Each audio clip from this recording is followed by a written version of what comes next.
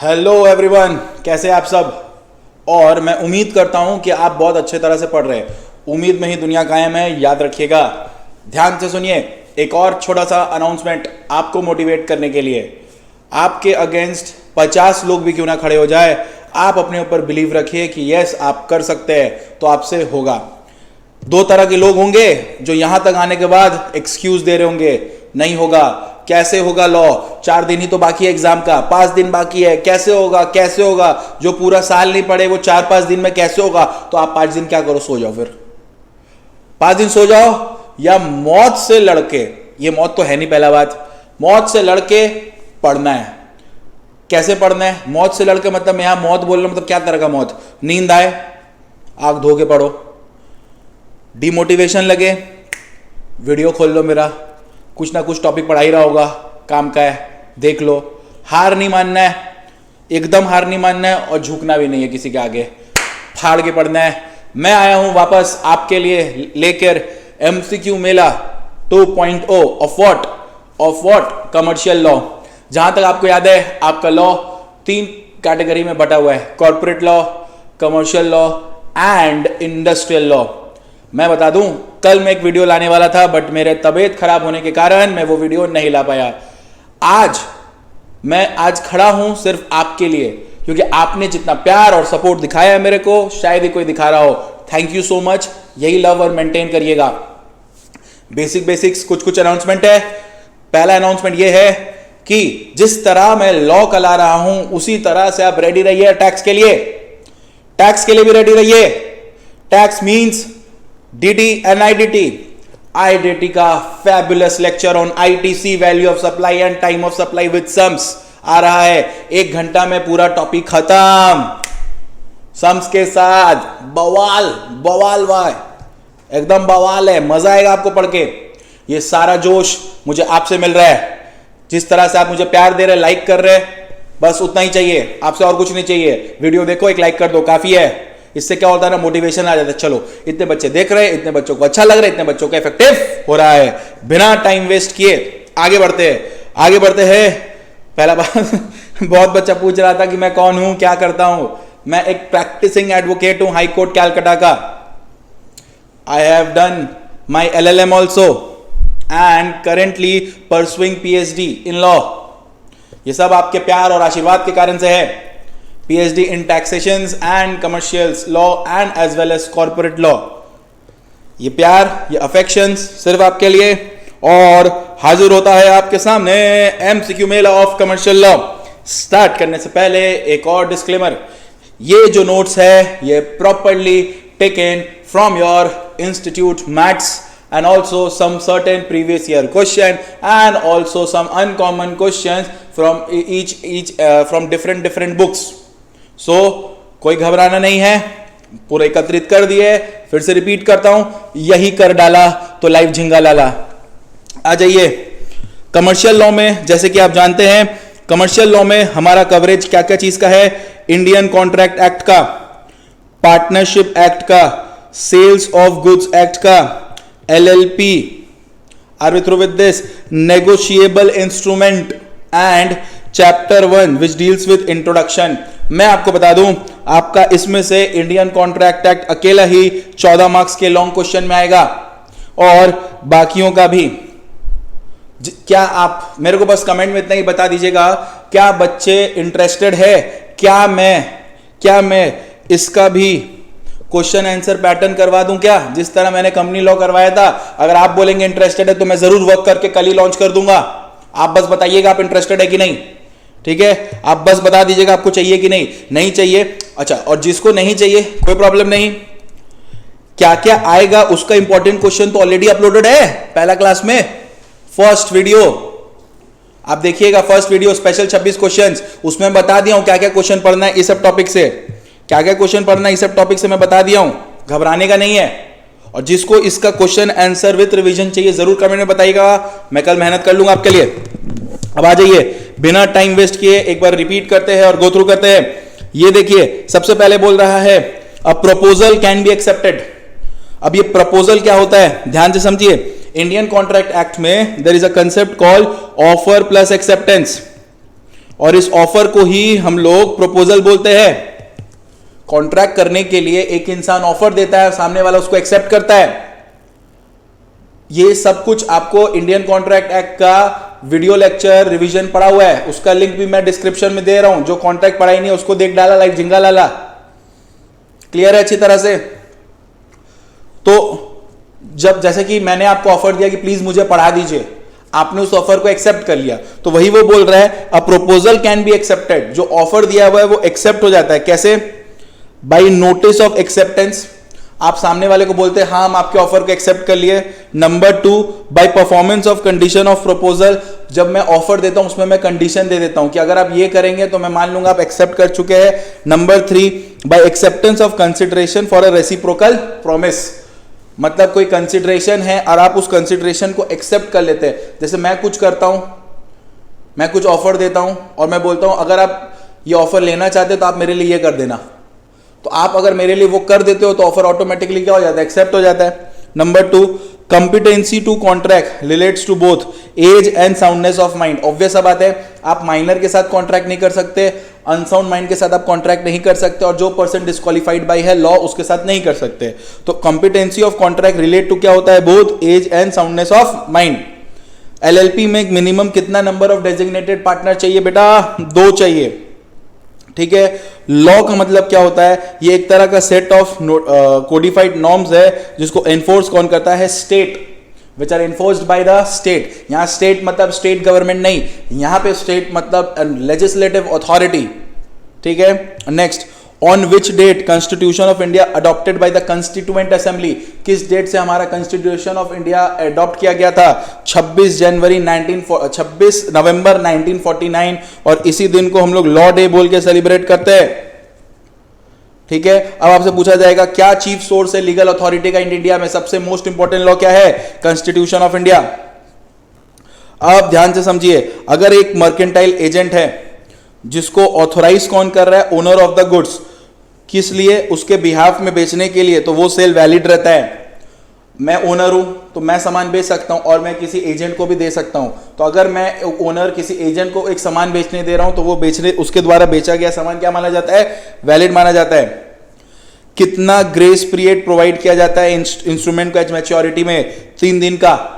3 दिन का grace period provide किया जाता है। अब ध्यान से समझिए, S-N-P go into a shop. S-N-P go into a shop. जो एस है और पी है शॉप में जाता है। एस बोलता है शॉपकीपर को, S says to shopkeeper see, let P have the goods and if it does not pay you I will, this is the contract of guarantee. बोलने का मतलब है S and P go into a shop. ठीक है। जो S and P साथ में जाता है वो एस जो है शॉपकीपर को बोलता है,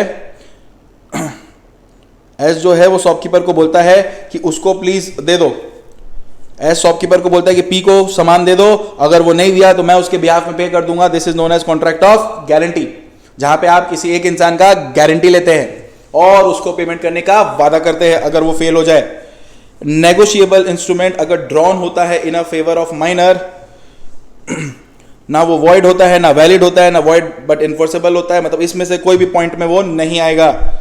अब ध्यान से समझिए, ये थोड़ा इरिटेटिंग हटा दीजिए। What is the exact time limit under which LLP must file it's annual return with the registrar. LLP को कब अपना एनुअल रिटर्न रजिस्ट्रार में फाइल कर देना है? याद रखिएगा, एलएलपी अपना एनुअल रिटर्न फाइल करता है with in 30 days from the close of the financial year. 30 days from the close of the financial year. अब जो बच्चा को डिटेल्ड वीडियो चाहिए पढ़ाई वढ़ाई का, मेरे चैनल में उसको एलएलपी का टॉपिक मिलेगा इन डेप्थ। ठीक है। अगर आपको और स्पेशल वीडियोस चाहिए जैसे कॉन्ट्रैक्ट ऑफ बेलमेंट का, कॉन्ट्रैक्ट ऑफ गारंटी का, वो ऑलरेडी यूट्यूब में पब्लिक किया हुआ है। नेक्स्ट, इस वीडियो के डिस्क्रिप्शन में मैं एजेंसी पढ़ाया हूं, agency just exclusively for CMA. अगर आप सीए के साथ कहीं ट्यूशन लिए होगे या पढ़ रहे होगे तो सीएमए वाला परेशान, इतना कहां से पढ़े? तो एजेंसी जस्ट फॉर सीएमए है, एक बार में आपकी एजेंसी फोड़ फोड़ कंप्लीट। ठीक है। नेक्स्ट देखिए, what would be the position where a minor elect not to become a partner. अगर माइनर इलेक्ट करता है कि वो पार्टनर नहीं बनना चाहता, ये इसका सवाल का जवाब तो आप लोग दिए होंगे, क्योंकि पहले वीडियो में ही मैंने पार्टनरशिप एक्ट को 20 मिनट में कंप्लीट किया है। पहले वीडियो के डिस्क्रिप्शन में पार्टनरशिप का क्लास अपलोडेड है, उसका 20 मिनट का टॉपिक का ही है, जरूर देखिएगा। Which is not correct about promissory note, it contain unconditional undertaking, it contains a conditional undertaking. याद रखिएगा, जब एक इंसान सामने वाले इंसान के लिए प्रोमिसरी नोट बना रहा होता है तो वो किसी भी तरह से कोई भी तरह का कंडीशनल अंडरटेकिंग नहीं होता, अनकंडीशनल होना चाहिए। क्लियर है? एक फर्म का एक्ट का मतलब क्या होता है? Mutual agency. म्यूचुअल एजेंसी मतलब एनी पार्टनर और firm which gives right enforceable against the firm, any act by all the partner, any omission by all the partner. Firm का एक्शन डिपेंड करता है हर पार्टनर के एक्शन पे, हर partner के act पे, हर partner कोई काम नहीं किया उस पे और एक दूसरे के ऊपर, उसी को बोलते हैं एक्ट ऑफ द फर्म। अगर ये देखो, ये बहुत रिपीटेटिव पूछता है एमसीक्यू में कि अगर कोई प्रोविजन बनाया गया है कॉन्ट्रैक्ट में पार्टनर के बीच में जहां पे ड्यूरेशन स्पेसिफाई नहीं किया गया है इस पार्टनरशिप का, उसको हम लोग बोलते हैं पार्टनरशिप एट विल, उसको हम लोग बोलते हैं पार्टनरशिप एट विल। उसके बाद अगर किसी चीज का भी कंसेंट अनड्यू इन्फ्लुएंस से आता है, कॉन्ट्रैक्ट को बोला जाता है वॉइडेबल। याद रखिएगा, जब कभी भी कॉन्ट्रैक्ट में फ्री कंसेंट मिसिंग रहता है, फ्री कंसेंट मतलब coercion, undue influence, fraud, misrepresentation and mistake, तो माना जाता है कि जो कॉन्ट्रैक्ट है वो वॉइडेबल है। एक सेल कब कंप्लीट होता है? जब आप सामने वाले को ओनरशिप दे देते हैं। सेल्स ऑफ गुड्स कब इन्फोर्सेबल है? 1930 में। सेल्स ऑफ गुड्स एक्ट में मनी इंक्लूडेड नहीं रहता, मतलब सेल्स ऑफ गुड्स में गुड्स को आप बेच रहे होते हो तो गुड्स का मतलब क्या? Every kind of movable property, हर वो मूवेबल प्रॉपर्टी को हम लोग गुड्स बोलते हैं, बट कभी भी हम लोग मनी को गुड्स नहीं बोलेंगे। एक्सेप्टेंस तभी वैलिड रहेगा अगर वो एब्सोल्यूट एंड अनक्वालिफाइड है। एब्सोल्यूट एंड अनक्वालिफाइड है मतलब अनकंडीशनल है। कॉन्ट्रैक्ट में ऑफर एक्सेप्टेंस बहुत इंपॉर्टेंट रोल प्ले करता है। तो मैं अगर सामने वाले को कुछ ऑफर देता हूं तो मैं उम्मीद करता हूं कि सामने वाला उसको एक्सेप्ट करे। अग्रीड करते हो? अगर मैं सामने वाले को कुछ ऑफर देता हूं तो सामने वाला उसको एक्सेप्ट करे, मैं ये अग्री करता हूं, तो वो एक्सेप्टेंस जो होना चाहिए कोई रीजन देके नहीं होना चाहिए। मान लो मैं एक लड़की से बहुत प्यार करता हूं, उसको बोल दिया आई लव यू, वो लड़की बोलती है I love you but now as a friend, तो ये नहीं चलेगा, ये बहुत सह लिया, अब हम सह नहीं पाएंगे, सब नहीं चलेगा, ये सब पहले मना कर दो एकदम डायरेक्ट।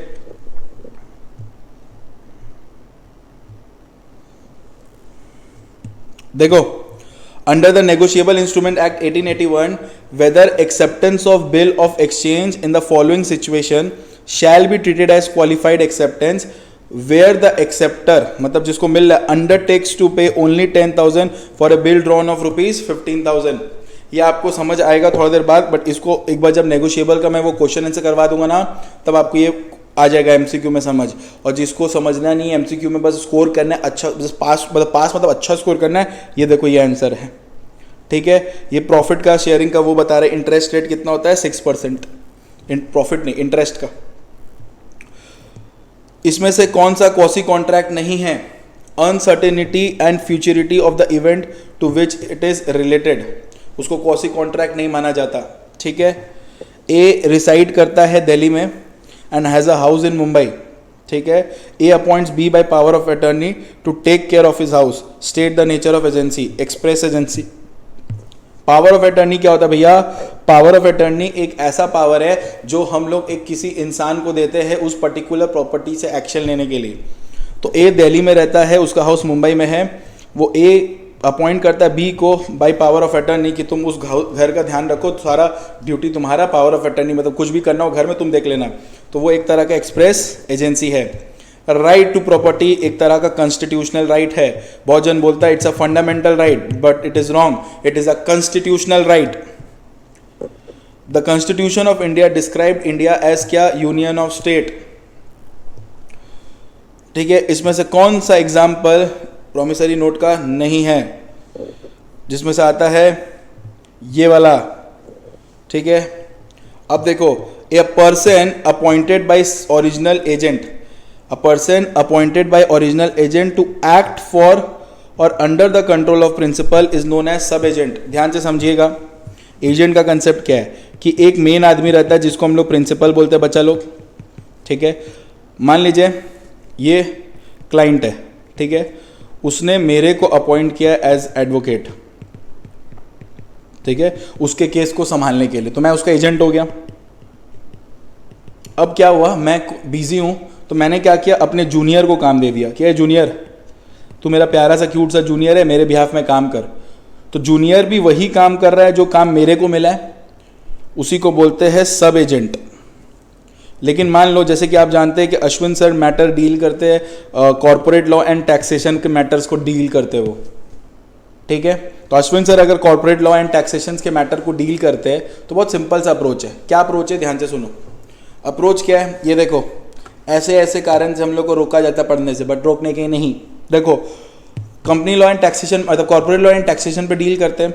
इसका जो मेरा जो मतलब ये जो क्लाइंट है, इसको लैंड रिलेटेड मैटर चाहिए, तो ये मेरे को दिया, हम क्या किए, ये केस को किसी और को दे दिए जो लैंड मैटर संभालता है। तो यहाँ पे देखो, मेरा काम और इसका काम अलग अलग हो जाता है, तो इसको हम लोग बोलते हैं सब्सटीट्यूट एजेंट। और यहाँ पे क्या बोल रहा है, यहाँ पे बोल रहा है, ध्यान से देखो, यहाँ पे बोल रहा है कि कंट्रोल ऑफ प्रिंसिपल पे, इसीलिए सब एजेंट, ठीक है।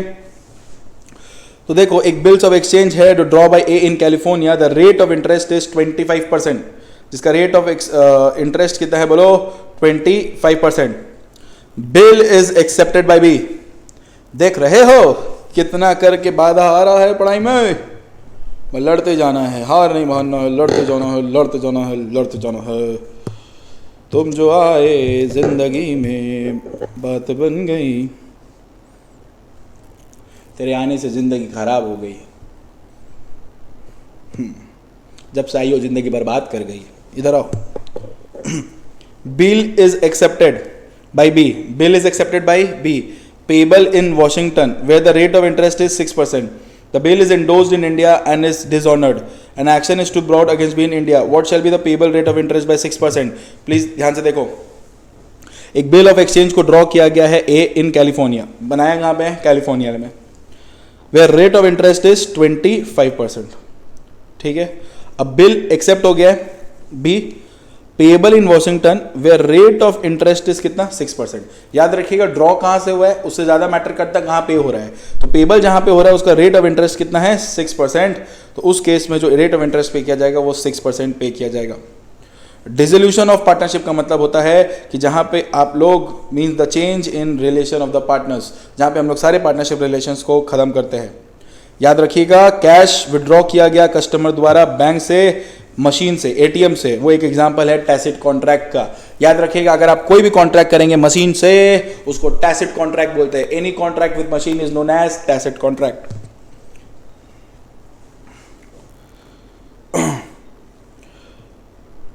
इसमें से मेरा थोड़ा टाइपिंग एरर हुआ है, यहां पे कुछ ऑप्शंस था, उसका आंसर था एजेंसी कपल्ड विथ इंटरेस्ट, ठीक है। अब देखो, a sort of tacit understanding agreement among the intending bidders to stifle competition by not bidding against each other in an auction is called knockout agreement. यहाँ पे क्या होता है पता है, कि बिडिंग होता है ना, बिडिंग जैसे कि हम इसको नीलामी कर रहे हैं, कौन कौन ये माउस खरीदना चाहता है, प्लीज़ खरीदो, ठीक है, प्लीज़ खरीदो। तो क्या होता है, कंपटीशन नहीं बढ़ाने के लिए बहुत लोग आपस में डिसाइड कर लेते हैं कि हम लोग ना बीड नहीं करेंगे, तो जो मार्केट है उसी में वो बिक जाएगा, ऐसे लोग खुद से करता है। उस तरह के एग्रीमेंट को नॉकआउट एग्रीमेंट बोलते हैं, ठीक है। एक ऐसा इंस्ट्रूमेंट जहां पे इंडोर्सर अपने आप में कोई भी तरह का लायबिलिटी नहीं रहता, कोई भी तरह का लायबिलिटी नहीं लेता, उस केस में उसको सैनफ्रेस इंडोर्समेंट बोलते हैं। याद रखिएगा, money bill shall be first introduced in house of the people. House of the people में मनी बिल पहला इंडोर्स होता है, मतलब आता है। अगर कोई इंस्ट्रूमेंट है जो ड्रॉन कंडीशनली और for a specific purpose as a collateral security and not for the purpose of transferring the property, वो एक दूसरा सिक्योरिटी की तरह काम करके इंस्ट्रूमेंट इशू करता है, उसको हम लोग बोलते हैं एस्क्रो इंस्ट्रूमेंट।